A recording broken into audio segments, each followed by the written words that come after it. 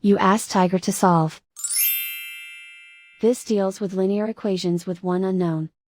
The final result is k equals 6. Let's solve it step by step. Simplify the expression. Simplify the arithmetic. Group all k terms on the left side of the equation. Add 3k to both sides.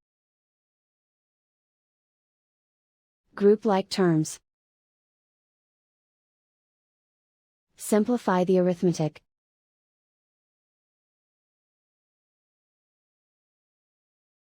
Group all constants on the right side of the equation.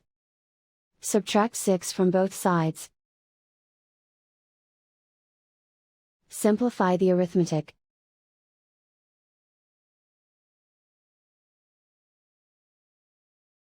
Convert the k into a positive number. Multiply both sides by -1. Remove the ones. Simplify the arithmetic. And so the final result is k equals 6.